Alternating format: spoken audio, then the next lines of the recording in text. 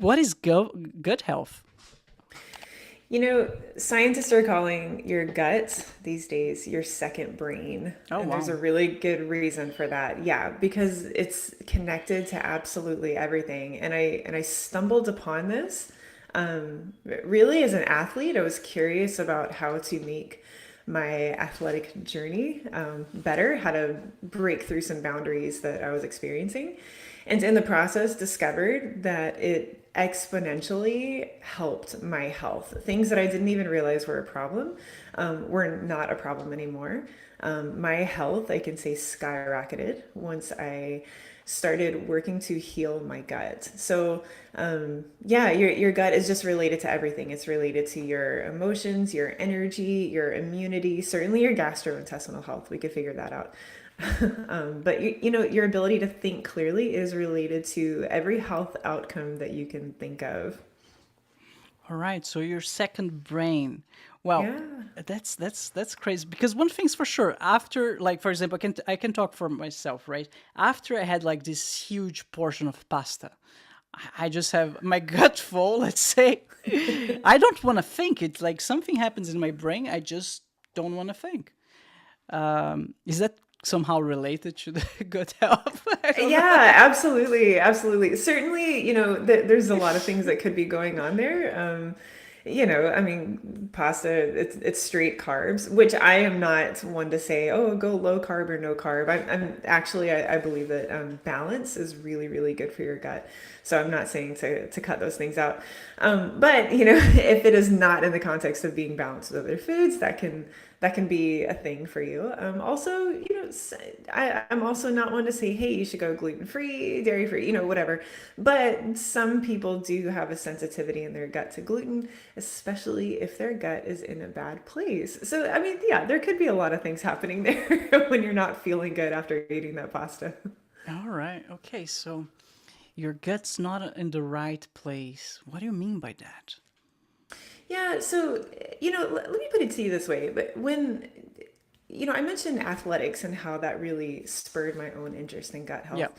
The thing was, this was about a year, well, almost 2 years now ago, that, I would describe myself as a healthy person. Okay. I eat Mm. healthy. I was a runner, still am, but, at the time, I'm a runner. I was a therapist. I do all the healthy things for myself, right?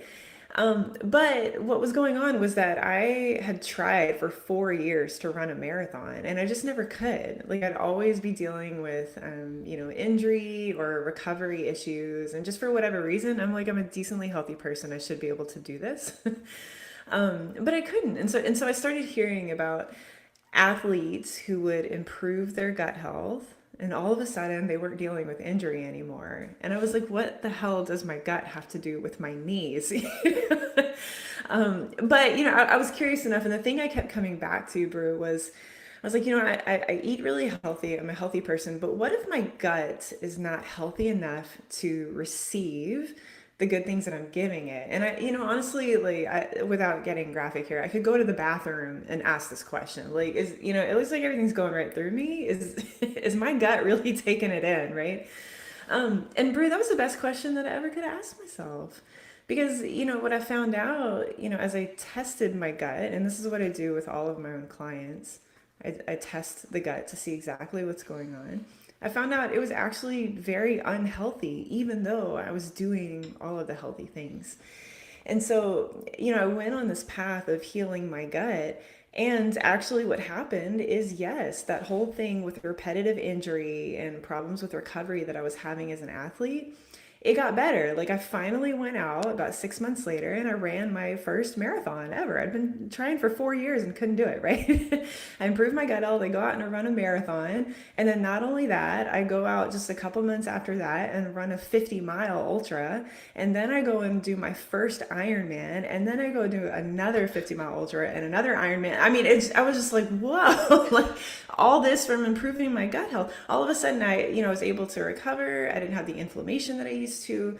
I wasn't getting the repetitive injury. I had the energy. But not only that, like all of that was really cool. But in that process, I also realized, whoa, like I'd have these moments where I'd be like, oh my God, I'm sleeping now.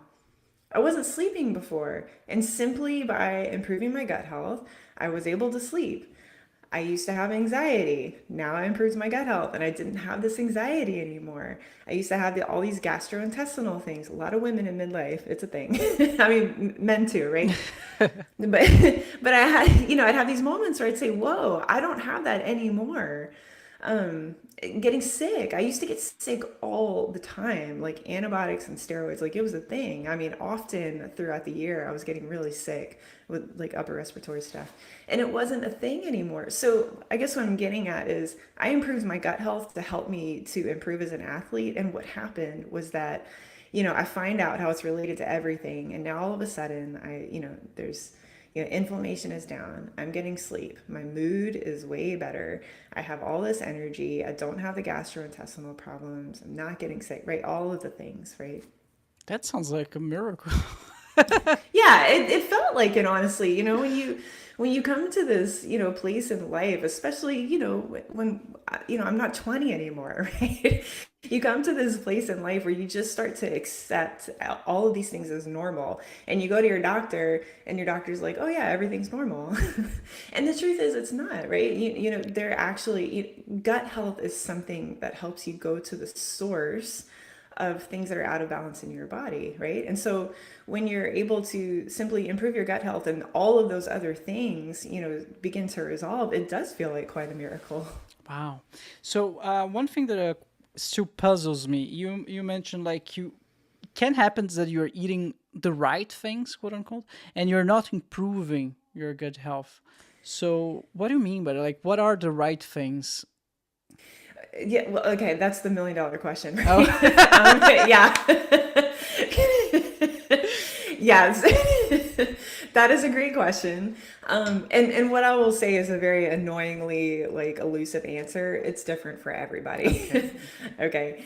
And actually I can give a little illustration on that too. So I tested my gut health, and soon after, my husband tested his. Okay, so when I tested my gut health, one thing that I found out was that a gut metabolite, I test 11, there's actually many, but there's several, there's about 11 gut metabolites that are really, really connected to just about every health outcome you can think of, right?